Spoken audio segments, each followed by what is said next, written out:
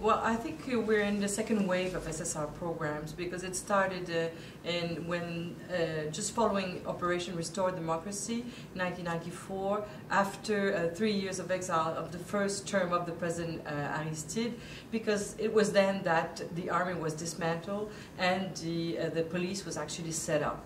Now we're assisting a second wave because we're having a second time a peacekeeping operation with focus on supporting the police. So it's been like 2 waves of SSR. It's about 1995 when the police was first implemented and the army was disbanded. So that's when the concern for security and the rise of political violence, basically among all the vulnerable populations in Haiti, mainly in the slum areas, and also in the city, in the main city.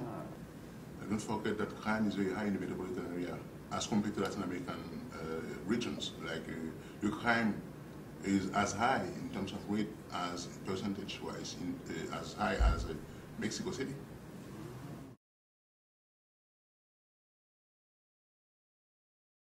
Now Haiti has been going through a long time under authoritarian regimes.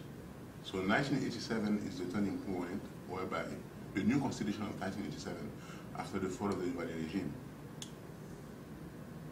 it is stipulated in there that we need to build a democratic state with strong insistence on 2 things, on local governance and local economic development. If in power is not going to be centralized anymore in the main city of Port-au-Prince, but power has to be held at the community level and at the communal level, at the rural section level. So you can't build a democratic state without ensuring that you have a new scheme for public security.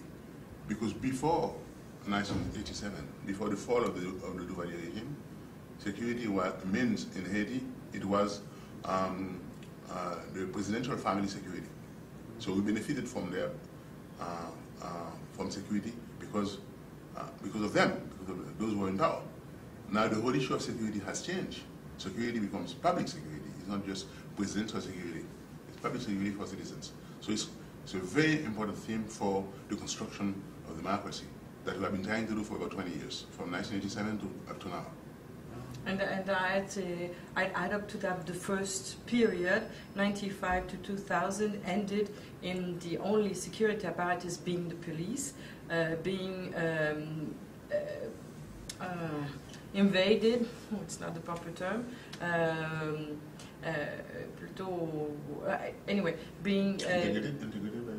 no, the integration of bad elements, corrupt elements, and politicized.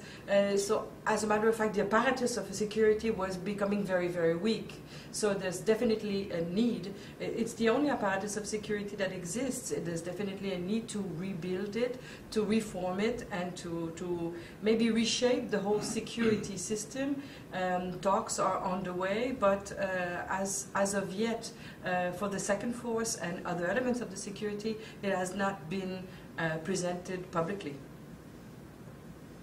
Don't forget we don't have an army, right? Yeah. The army, I mean, in the constitutions, Haiti has the right to have an army, but actually it was disbanded by Aristide, 1995. Yeah. So the police become a core element to ensure security, but they're facing all kinds of problems. And we do have to think about the second force, yeah, because it's stipulated in the Constitution. For the external actors, the motivation for SSR is a very egotistical motivation, and the champions are, of course, USAID and then the Americans, but for their own country protection and to control the flux of illegal immigrants, and drug trafficking. The Americans have been involved in that for a long, long time, but they've been involved in a very dual way. When the Operation Restore Democracy, the Marines actually entered Port-au-Prince, and the headquarters of the army was right away seized by the Marines, and they took all the papers of what had been done during the 3 years of the coup d'etat. And these papers are still in the United States. And Haiti has been requesting to gain those papers about arrest, disappearance, and everything. And it's not owned by Haiti, it's somewhere in the United States. The Americans have always played a dual role because, of course, there's a genuine will to do security sector reform, but also it's to protect their own boundaries. Reducing violence to have economic prosperity, maybe, but also it's to protect their own boundaries. They're the main investors. They actually do play the game of coordination, but it's what we hear all over the place, that they're actually pushing their own agenda and controlling their own elements within the PNH. Canadians are playing a very big role too in SSR in community violence reduction, supporting the police, refurbishing some commissariat. The French are absent. They were there in previous time, and now they're not there anymore. But they say that they might be working more in the justice system. But locally, security is a concern of everyone right now. As I told you before, it was political insecurity that we had. You are going to be in trouble if you talk bad about the government. Now, it has extended to social security, social insecurity. So social banditry has been up, and so security is being upgraded by various levels of the Haitian society. Civil society organizations, mainly human rights organizations, women's organizations, women organizations. Everybody's concerned because everybody's facing the same threat of social banditry. And the state, of course, and the national police is highly concerned by that. And the whole idea is to create a governance structure which can deal with all these problems of security. So what they have done is to create what they call une secrétaire d'État à la sécurité publique. And then they create a new corps which is called what, the CSPN, c'est quoi? Conseil supérieur de la police nationale. Conseil supérieur de la police nationale, which includes la sécurité d'État à la sécurité publique, I think part of the Minister of the Interior aussi, and other elements. Le DG, le directeur général de la police. And the inspector general. And the inspector general. To have a kind of civilian control over what's going on in the security sphere. But we have serious doubts about the functional aspects of that organization, CSPN.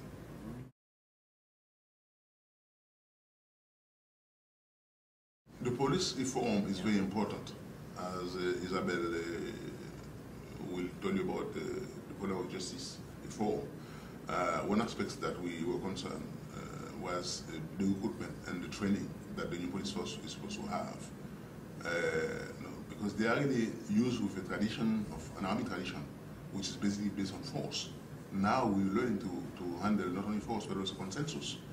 So the training aspects of it, the recruitment aspect has to be very objectively done, because under the regime of the regime, the recruitment was done on a personal basis, political loyalty, as well as promotion within the rank of the police.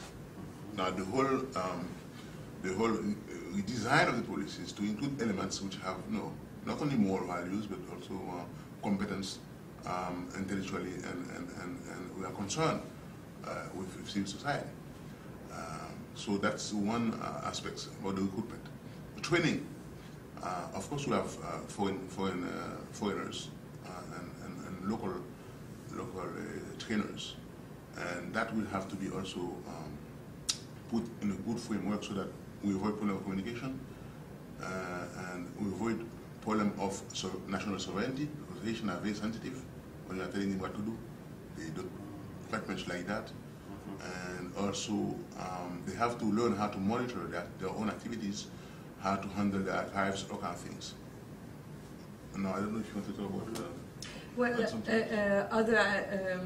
about second force. We're supposed to have a second force. Debate should start, but maybe there's no political will to have a second force. but still it's mentioned in the Constitution, so it will have to happen. And security sector entails also the justice sector and the penal sector. There is reform in the penal sector, refurbishing prison, but ameliorating too the prison system. It benefited from a lot of support from previous mission prior to 2000, and there are still traces of that. But still, there has to be more training for correction officers. Justice system is really lacking, and it's so difficult. And lately we've been at a meeting with SIDA, and what they say is that they're not the only one not being very interested in actually plunging in that field, because it is so difficult, and also because it's got to be done when there's national debate about it. There was less problem about reducing violence because it affected everyone, and everyone had a stake at it. But justice, it does affect everyone, but it does not affect it maybe on a daily basis unless you have to deal with justice. And nationally, there's no national debate on how to reform justice. What we talk about is about the corruption of all the elements of the judicial system. Yes, but then there's probably more to it. The École Supérieure de la Magistrature is actually being financed, it's going to open, and it will give some result, because it did give before. You train justice de paix, and they're better equipped to deal, and they deal better with the problems. So it will have an effect. It's a slight effect. We have got to deal about the corruption in the whole of the system.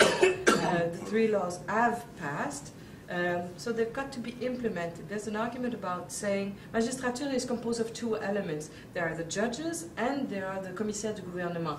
This is the magistrature. The judges are named by the president, and the commissaires du gouvernement are named by the prime minister.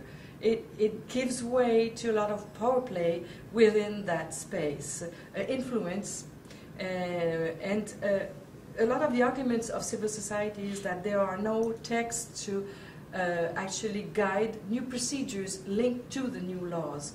But also counter-argument to that is that we don't need more texts in Haiti. We just need to apply the laws.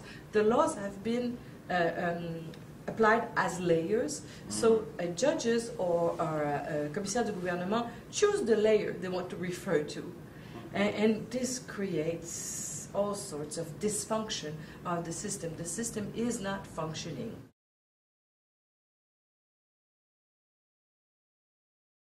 I think the police are very frustrated. The policemen that I met are very frustrated. When somebody will go in jail, and then later on they will see the person on the street. They say mandates. I mean, it's extremely frustrating for them. So that I remember once I went to visit a prison, and one of them told me that you are responsible for insecurity in the country. So I told him, how? He told me, you are from the human rights organizations. You don't let us act the way we're supposed to act with the bandits. So I think frustration is really high. And it might be illustrated by that, although it might be a caricature, what I'm about to say. There's a new law that has just been passed on kidnapping. And actually there was some kind of a debate inside society. Of course, civil society participated, but what you could hear on the media is bring back the death penalty. Yeah. So then, and of course there was lots of voices in favor of that, because you don't need the justice system then. Just kill the person, so it's okay. I'm caricaturing maybe. No, I think it's a very important point. If you cannot deliver justice, people will do justice to themselves and in their own means. And you know what? There are basically very sure of impunity. So what happened are the conceptions of public security is kind of an old conception of public security. They are asking back for the army, basically, to be re-implemented. The second force is this idea. In the Constitution, there's supposed to be 2 security forces, the PNH and a second one. Since the army was dismantled, we have to think of a second force. The model that was that's put forth is the gendarmerie model. But the gendarmerie model is in Africa and in France, it's quite parallel to the military model. And so is that feasible to Haiti? I don't know. I really don't know the content exactly of the recommendation that the Commission has given to... can we remember what he said to us in that interview? What did he say about the shape? Because we did an interview with the responsible of that commission. One of the things he mentioned was that you don't know who is who. There is a lot of an amalgam of people who are variously how to say that, dressed, and even like personal security. Sometimes you did them as police members, and you know that there has to be some kind of standardization measures. For the uniform, standardized measures for the weapons, and that's what I remember that you mentioned. Yeah, he did not talk about exactly what the second force would be. It's true, that's what he said. For now, the PNH has got the responsibility of everything, protecting VIPs, border control, license plates, the firemen, right. What else? I mean, all of it, it's all under the PNH, and it's too much. Yeah, the question of appointing a high advisor for the DG said really the way the police was being, it wasn't a reform that needed to be done, it was a restructuring. And because the policemen did not cover the country, and they had no intent on covering the country, and you can illustrate that by your example, but what it is that in the country, violence is really concentrated in Port-au-Prince. Outside of Port-au-Prince, there's self-regulation and there's a bit of a rise of vigilantes, which is not a good thing. But, or else, there's not much violence in the rest of the country, except from violence against women. Nothing is, that's the main threat for Haitian. You know, assassination, social density, that's the core. Like Isabel was saying, drug trafficking doesn't affect the local reality as much as it affects you guys in North America. That's a great point. Or migration towards Florida. There would seem to be no fighting between the barons of drug trafficking, and there are few, and certainly not many local consumption. So it's not really a big threat for that. But I would add that threat, kidnapping is a localized Port-au-Prince threat. In rural areas, land dispute is a major element, and it does end up in killings. And what has changed is the circulation of small arms. Small arms come with drug trafficking, and that is a major threat, and that's a local threat, because what happens is that land dispute used to be settled with machetes, now they're settled with guns, and it ends up in much more arm-related, weapon-related violence. And that is something that has changed radically throughout the country. Now you could rent a gun in some secondary cities for something like $10 a day. So you can rent a gun. They're coming into the country, they come with drug trafficking. With drug, you have arms. Always. It's always linked together. They can come through the border, Dominican Republic, and they come by sea all over the place. Don't forget that the human organization, human rights organization guys told us that when they disbanded the army, it's over the radio that people heard that. The army members heard that. So they did not turn back the weapons, arms. And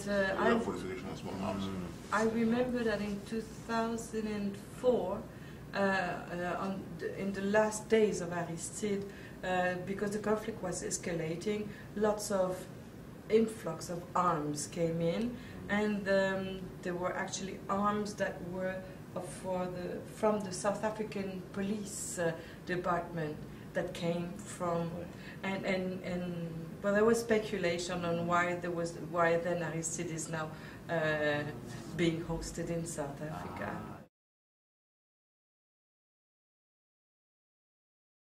Civil society organizations, human rights organizations, they feel the need of the society. So they carry out a lot of advocacy toward police reform and therefore it.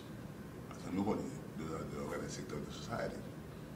And the general public also is expecting to have police reform and to ensure internal security. So it's internally driven, I think, and also it's with the help of the donors. I totally agree with you. It's internally driven because it's very loudly internally requested. Right.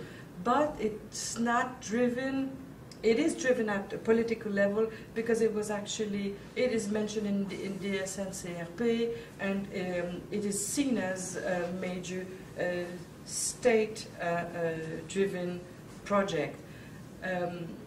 It is written like that.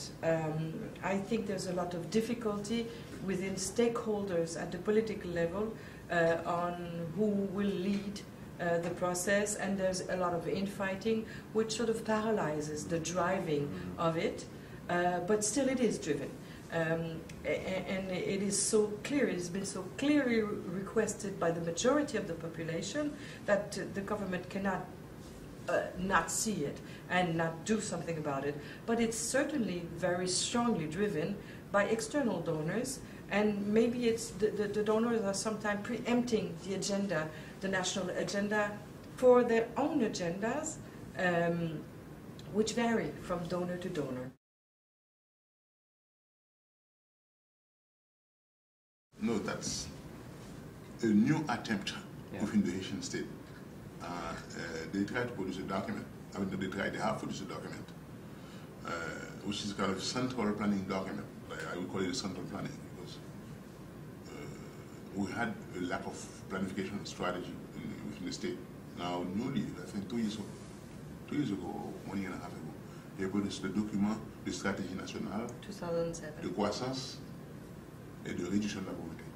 In that document, for all sectors of activities, the state really presents the strategy for national appropriation and national implementation of its activities towards the reduction of poverty and reduction of security in all fields.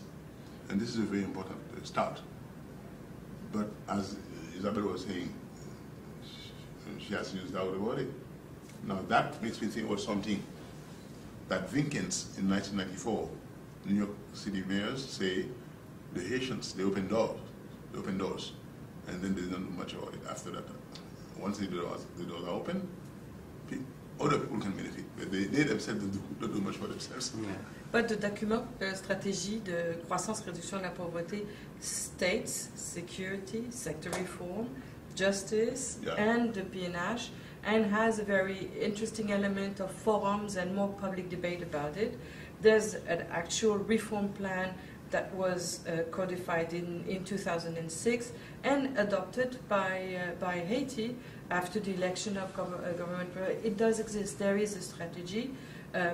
How is that strategy unfolding? Well, there are elements of reforms. There are visible elements of reforms. There is visible elements of professionalization of the police. There is much more respect of the hierarchy, and hierarchy in the sense that people don't get promoted from agent 2 to commissaire divisionnaire.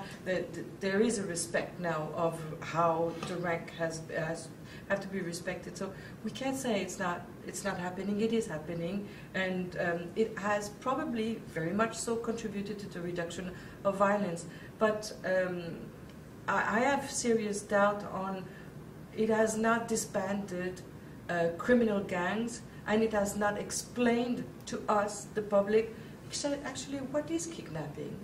I mean, it is not so complicated. Why can we not have explanations about that? Well, but then again, do I have high expectation? Because in Montreal, this summer, there was this young kid who was murdered by the police in a park, and the Commission, now we're 5 months later, the Commission published its report just last week, 4 or 5 months after the fact. So, and that's in a functioning police force. So, do we have too high expectation for the police force? Because I think they are more professional, they are certainly more present, and they do discourage a certain level of banditry. Yeah, there have been some gains in security in Haiti. And they do restore. I don't know how long, I don't know whether this is doable, but there have been some gains. I mean, if you go to Cité Soleil, which is the main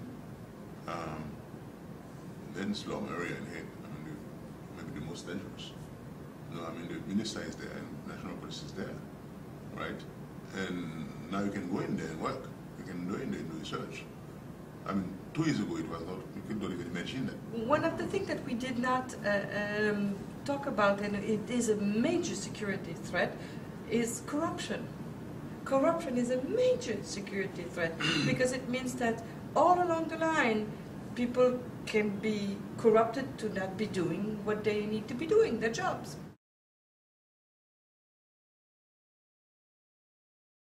Well, we try to talk to parliament members, and as we understand it, there is no communication between parliament and the presidency, and there is no transmission of files, which means parliament members are not really informed about what's going on within the presidency.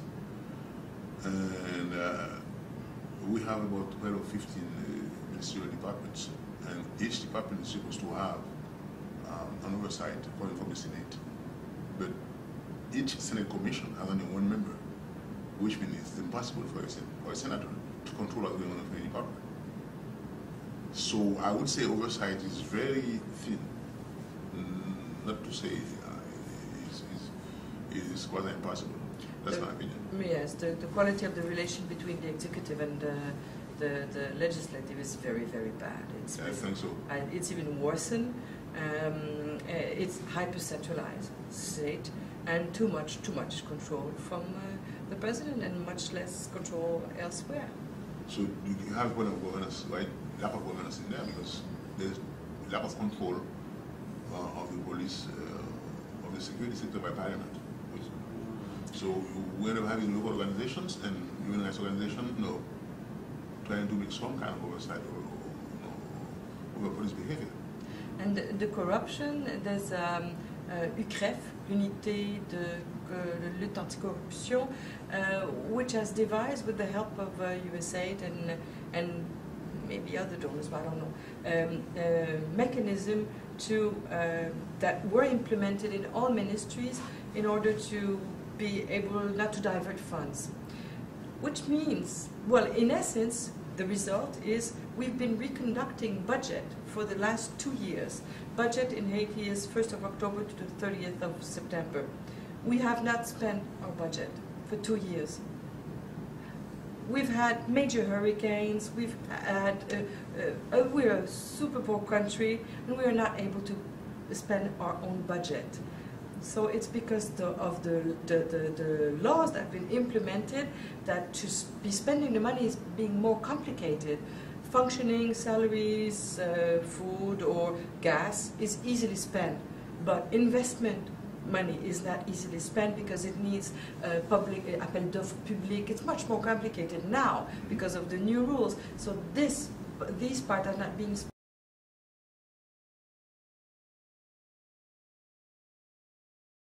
I think most members of the police force are not aware of the existence of a reform plan, of a reform that the reform is undergoing.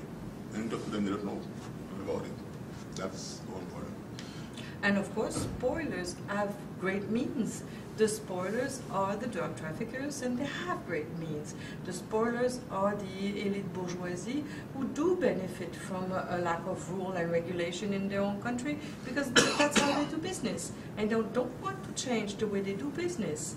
the majority of them don't want to change the way they do business.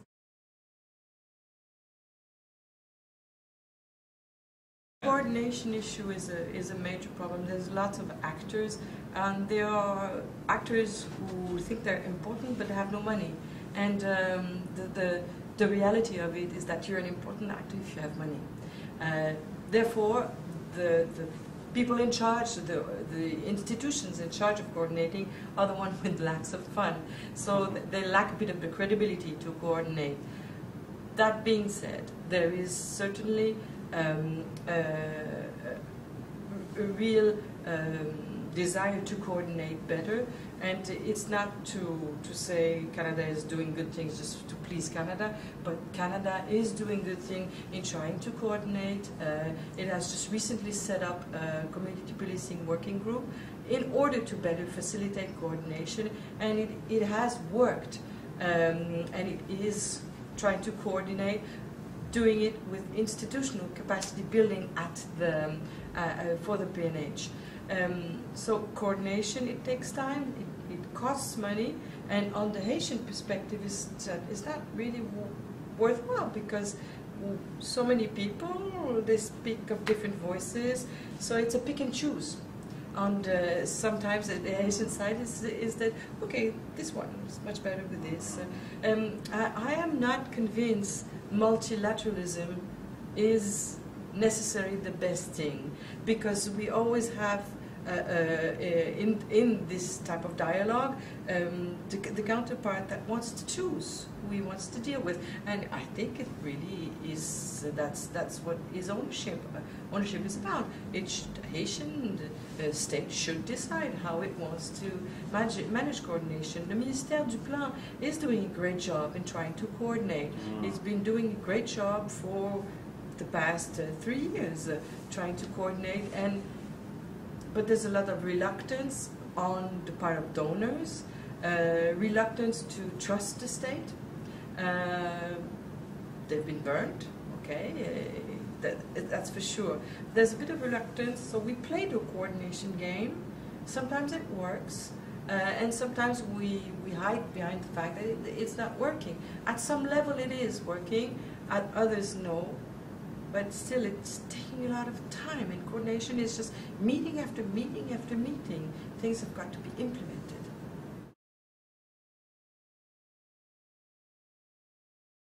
Well, I see,